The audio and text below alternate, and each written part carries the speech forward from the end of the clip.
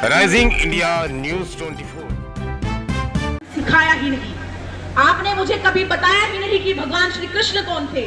आपने मुझे कभी बताया ही नहीं कि भगवान मर्यादा पुरुषोत्तम श्री राम, जिन्होंने अपनी और अर्धांगिनी माता सीता को जो रावण हर कर ले गया था, उस रावण को माता सीता के हरण मात्र को लेकर और लंका को समूल नष्ट करने का काम, और कहते हैं कि रावण के कुल में कोई पानी देने वाला नहीं बचा था।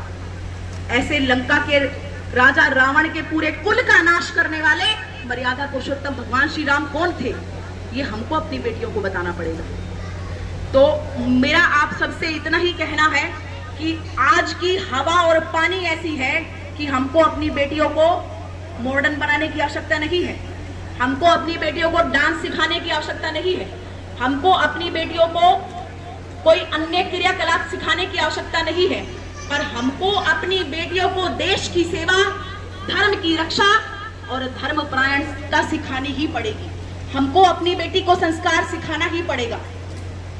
तो संस्कार पक्ष से जोड़ने के लिए, धर्म से जोड़ने के लिए और इस राष्ट्र प्रेम से जोड़ने के लिए अपनी बेटी को सोने की तरह आग में तपाने की आवश्यकता है। और उस आग में तपाने के लिए हमको अपनी बेटी को ऐसे संगठन और ऐसे आयामों से जोड़कर उसका शारीरिक और बौद्धिक और मानसिक विकास करने की आवश्यकता है। हम सब जानते हैं यदि हम अपने ही रोजगार, अपने ही व्यापार और अपने ही पढ़ाई लिखाई में खोए रहे तो आने वाली इस पीढ़ी को संस्कार कौन देगी।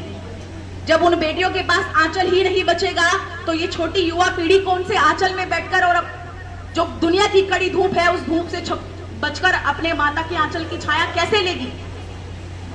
तो हमको बेटियों को मॉडर्निटी तो यहाँ की हवा और पानी बना ही देगा, वो उसको आधुनिकता की तरफ ले ही जाएगा, पर पाश्चात्य संस्कृति से बचाकर अपनी सनातन संस्कृति से जोड़ने का प्रयास हमको करना है। और कहते हैं कि बेटी दो कुलों की लाज होती है।